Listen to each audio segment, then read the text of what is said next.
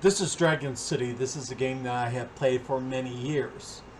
I played it because I have a fascination with dragons. And so anything that, where I can, collect or whatever with dragons, I like to play. But this is the prime example of what happens to a video game that goes full monetization. This is what they want to do with D&D, the virtual tabletop, VTTs. Because they have told you that they believe that it is under monetized and that they want to get more money out of the game. So let's go through everything. Alright, hopefully you guys can see my cursor. First, on the very top, we have how many dragons I have. I have collected 1,615 out of the 2,011 that they have available. I have gems. This is what they want me to spend. This is what they want me to buy more and more of. Next is gold. We use that to buy habitats and food.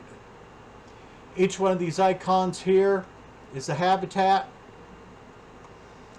And this is the total food I have. I have 370 million whatevers of food.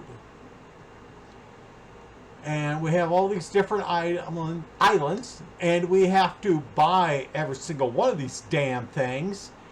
And you got the themes, and you try to match up the themes and all that. Make your collections. Try to make this the most efficient thing that you can, so that you can get as many habitats on there. This is a side project.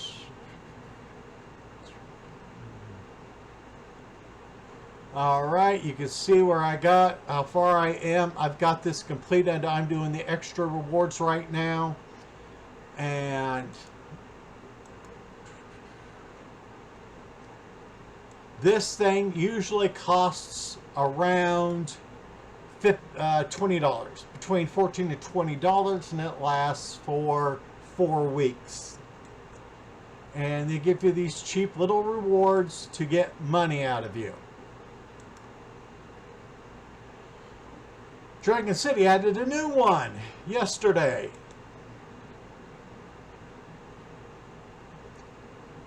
I have not bought this one. And here they show you where you could claim these rewards. Again, a whole bunch of small little token rewards so that you spend money. Because, yes, they want to make money, and companies should be able to make some money. But they're going overboard with this. And this will last for, they got 28 days. And if you want to unlock it, here you go. The golden standard is only $15. And so for 28 days, that basically works out to about 50 cents a day. Not bad. But then if you go look beside it, they got the platinum version. 45 bucks. That's awfully expensive. That works out to be almost $2 a day to play this little sub-collection game. And this is one of the parts that pissed me off the most. They have gotten this shiny path thing. What they want you to do is spend your gems, and you can see that I've spent 97. This is for a 10-day period. 10 days, that's it. And in 10 days, they want to give you the suggestion of spending 18,000 gems. Over 18,000 gems. This is showing how little they care about anybody, because they want you to spend money. Now, why am I stressing this? Well, let's go look at their gems. Alright, so we want to do gems. You could see that they come out kind of expensive. Here we go. Their deluxe chest of gems has 1,700. 1/10 of what they want you to spend in 10 days. And you see the price on that? It's basically $100. You would have to buy 10 of those to equal their spending goal that they have for you. And so Social Point has no problems of asking you to spend $1,000 for their little price of 220 orbs. $1,000 to equal one of their spending goals. And we're going to go right back to it.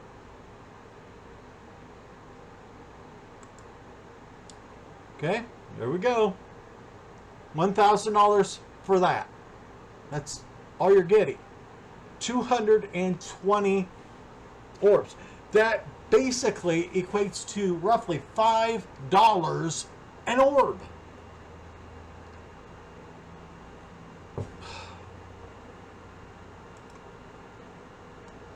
But it gets worse.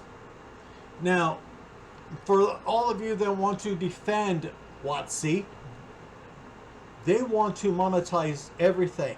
This is why they need to go digital, to make you pay for more and more through microtransactions. This game is loaded with microtransactions.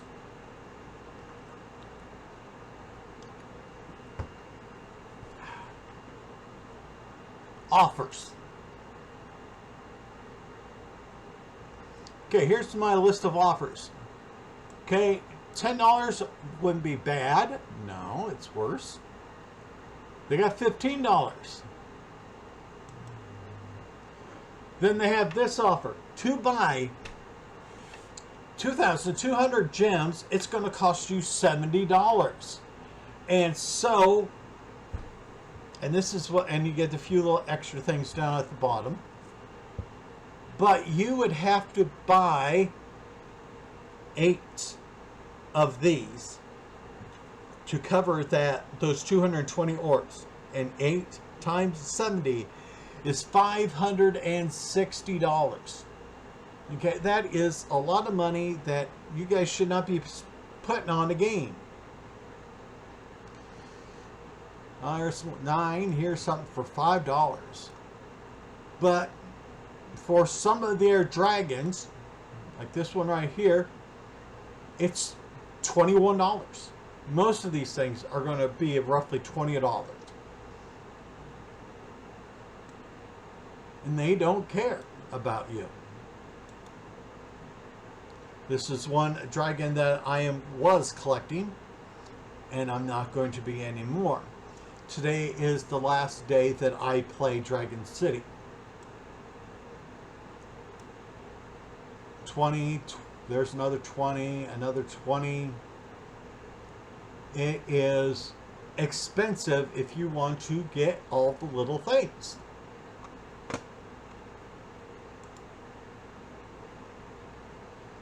But it gets worse. This is a pay-to-win game. With the new things that they added just this week, there is nothing that you have to play the game for to earn.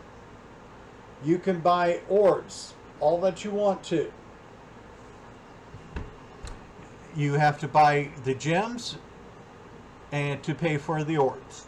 To pay for this, that, and everything. So, you have to spend time breeding a dragon.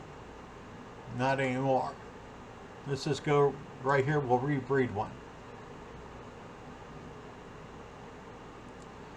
Alright, cool. These are somewhat powerful dragons, so we're going to breed it. Wow, speed up for 6. Let's do that. Okay, it can go then right into the hatchery. Oh look, it would take normally 17 hours, but hey, we're going to do it now. And then I get to put that thing anywhere I want. We'll put it there. So what used to take, a day to do, you can do in less than a minute.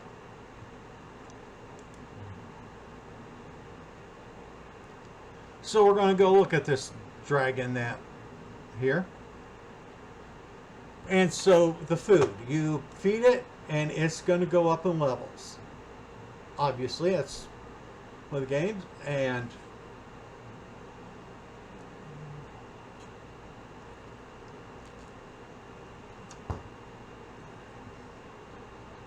so you can see how much it costs to get this up to level. And that's just more and more food. And they have it where you can feed it quickly and dumb. So we got this dragon here, right? That looks like a bird. Now, the bad thing is, okay, it has no experience, right? Well, you can buy experience. So, in this game, your dragon has to get to the top rating,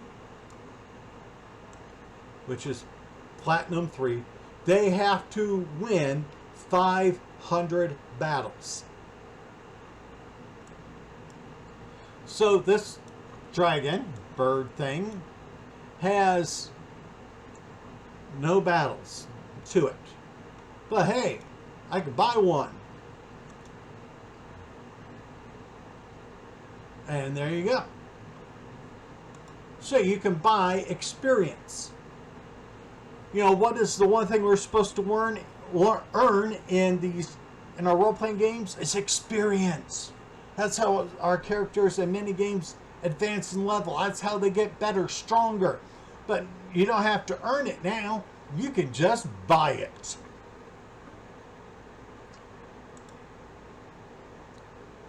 And so that takes away from the game.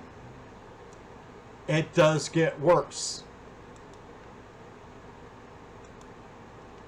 You have attacks. Each dragon thing comes with 4 different attacks. You can train them, and you can automatically go through it. Again, spend more gems, and you can have it train all 4 attacks in less than a minute. Takes away from the game. Skins part don't matter, but character slots, combat slots. You can now add damage perks, health perks, Reaper. They got advanced here, but so you want your dragon to be able to deliver extra damage because in the game, in our role-playing game, we need them to be able to kill the orcs and all that so that we can get to a higher level. Well, here you can just buy the damn advantage. There you go, damage perk. Add it. And you can add up to 30 of these things per dragon, per category. And so 30 times 3 is 90. You can literally double your dragon's health points and damage points. One of the guys that I have gamed with in our group, he saw one dragon that had over 1 million hits because they had maxed out the health. Then they have what they call Reaper perks. Oh yeah. Reaper and Phoenix here. What do these do? Well, a Phoenix, you get to resurrect yourself, and you can max these out so that when your dragon dies, it will come automatically back up and will have a certain percentage of its original health, up to 90% of its original health. So, it's like having an instant, rejuvenation. You can, if your character dies, oh, who cares? Because it's going to come back to life now. And you get to do that once per battle, per dragon. And so this takes away the danger, the challenge, because, hey, we're going to just keep on fighting because if my character falls to 0 hit points, it's going to be automatically resurrected. Screw that. Then they have Reaper perks. Well, what does a Reaper do? So if your opponent dragon in the game has the Phoenix perks, it comes back to life, you can use Reaper perks to take away those Phoenix perks. So that if you have more Reaper than it has Resurrection Phoenix perks, you can kill it before it comes back to life. And all these cost money. Now, what made this even worse, and this is going to piss off a lot of people that play this game, you can see where it says Advanced Health Perk, Advanced Damage Perk. Well, before, they increased your attack or health points by 3%. With what they just came out, they advanced it 6%. So now, with these, all the 3%ers are now obsolete because you're now at a disadvantage because people can buy the Advanced Health perk or the Advanced Damage perk. And so if you didn't even have the regular perks, you're now at a super disadvantage. This creates an imbalance in combat. And I'm going to show you that one next.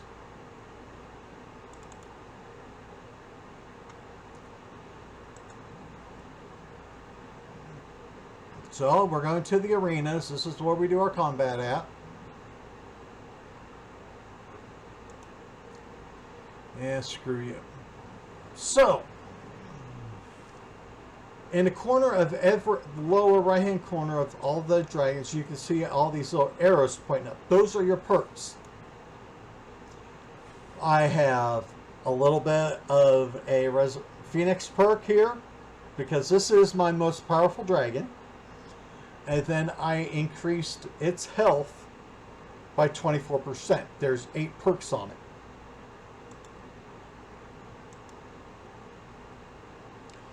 Wow, 60% on both of those. So basically, this person here has added a lot of perks to their dragons so that they could fight a lot stronger. What has happened is there is now an imbalance because you just have to be a level 14 dragon and you can load up on the perks. So you can buy a shitload of perks, max it out, and then go into battle. I have had battles where my opposing dragons, their ranks, and these are all 70s. We'll skip, see if we can get something lower. Okay, there's a 60.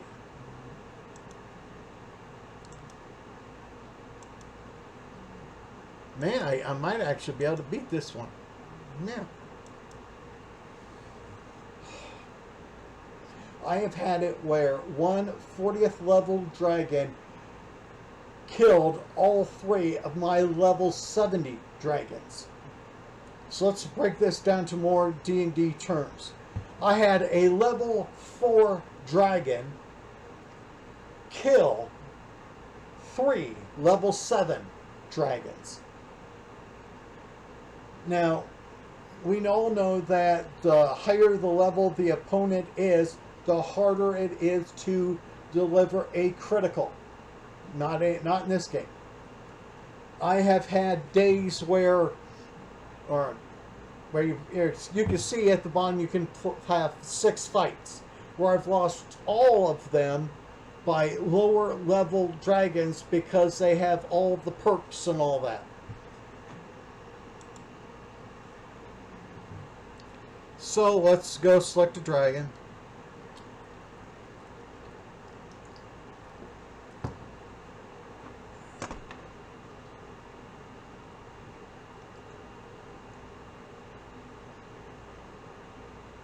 I don't think I have anything on this one. Okay, you can see that this has no perks. There's a perk there. And so this one is at a major disadvantage.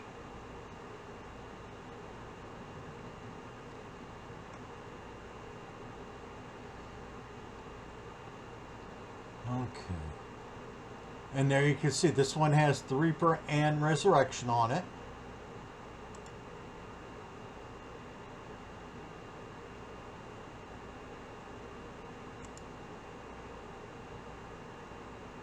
Battle is pretty flat, pretty simple, pretty boring in many ways. But before, you depended strictly on your level.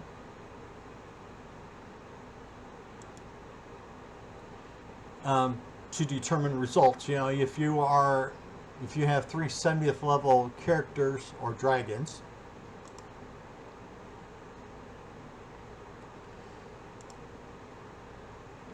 then you know that you stand a very good chance of fighting. And it's when you got 70th level versus other 70th level, it's who starts first usually determines who wins the match, but not anymore.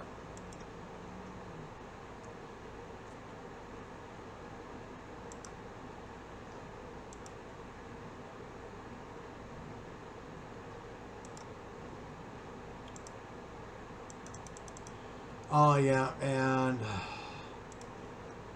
this is what they do here also. This is something that irks me a lot. If you lose a battle, they will put this up. This is them saying, hey, spend more money and you get these items. This will make you stronger, make you fight better.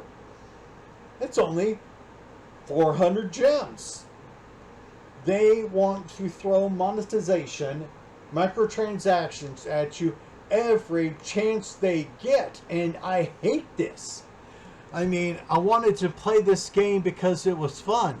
But when they throw all this crap at you, it takes away from the fun. And this is what they're going to do to Dungeons and Dragons when they are able to go fully digital on you. Okay? Before, about a few months ago, I used to spend between $30 and $50 a month playing the game. And while it sucked, no problem. I mean, you can space that out, $5 here, $5 there, and it was fun. But for you to play everything now, it's going to cost several hundreds of dollars. And so this game has lost its playability. This is what WotC Hasbro wants to do to D&D. They want to go full digital so that they could do the microtransactions. They are going to tell you that they're going to do this and this, but not that, but they have lied to you. You know it. It has been caught because they've been saying that there was going to be no